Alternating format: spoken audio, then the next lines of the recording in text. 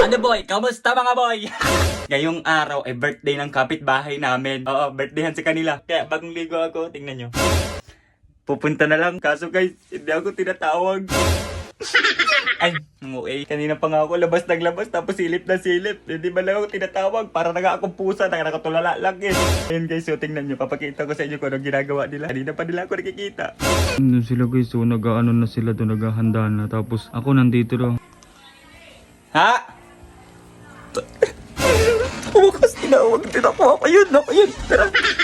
Kunyari, huwag tayong papahalata na kanina pa natin hinihintay yung tawag nila. Sige, bata na ako dyan. Akala ko damit.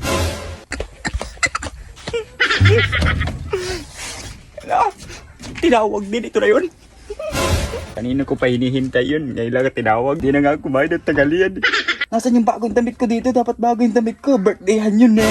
Nasaan yung pampasko ko dito? Puro labahan yata. Damit ko gala pa. Ay naku, ako nakakita ko ng isang damit. Pink. Okay na guys. Okay na. Medyo pogi na. Hindi halatang patay gutom. Kasi buhok ko, parisan ko.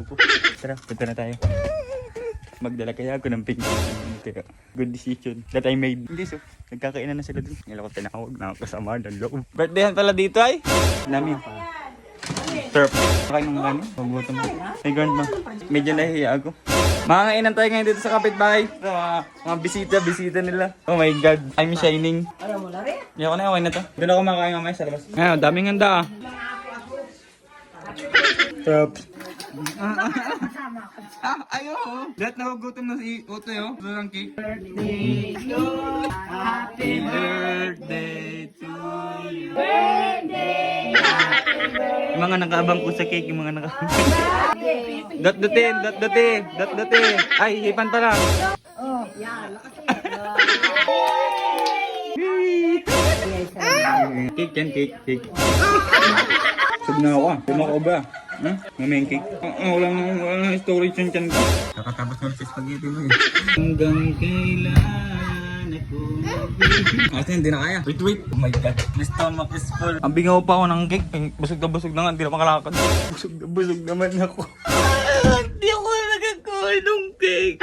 Pinulpak ako sa kanin. Para hindi ako makakain ng pansit. Spaghetti cake. Nakatunog yata silang malaki ako kumain. Kaya pinulpak nila ako ng kanin. Sama ng loob yun ah. Yan pa naman yung pinunta ko. Tapos hindi man lang ako nakatikim. Kahit nakadot-dot man lang doon sa cake. Ako, hindi ko man lang nagawa. Pwede ko bang bumalik? Papatunaw lang saglit. Wala na. Nasira na yung mga plano ko. Bigat na nun tiyan ko. Okay na guys, nakamubo na ako. Yun lang eh. Naku, madali lang ako ituin. Tara guys, samahan nyo ako kasi may pupuntahan kami ng mama ko. Pupunta kami ng gatasan. Mag-deliver kami ng mga item ni mami. Good item. Tara guys, samahan nyo kami. Pogi ko sa camera ko eh. Siyempre, camera ko to. Pakabait na bata naman. Mami, tara na. Siyempre guys, susunduin pa yan dito sa San Vicente Elementary School. Special treatment yan guys. Kasi yan. Brainan natin yan. Kaya yung hingian natin ng pera. Kawawa tayo pag hindi natin sinunod yan.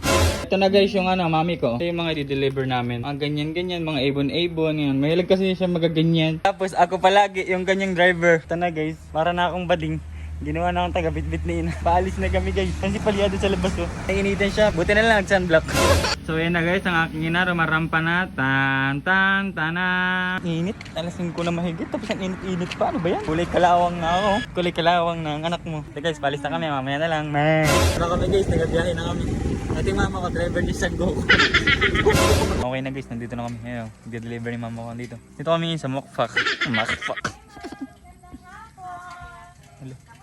Ang bait naman ng ating ina. Daming manok oh. Maganda oh. Puro talisay oh. Na may ina ko oh. Lapit-lapit ng mabundol eh. Dito tumitingin kanan kaliwat left and right eh. Ngayon to. So sa kami ng aking ina mag-deliver. Tuhian pa pala. Ala ko makpak lang. Iyan ka syempre. May gala pa ako eh.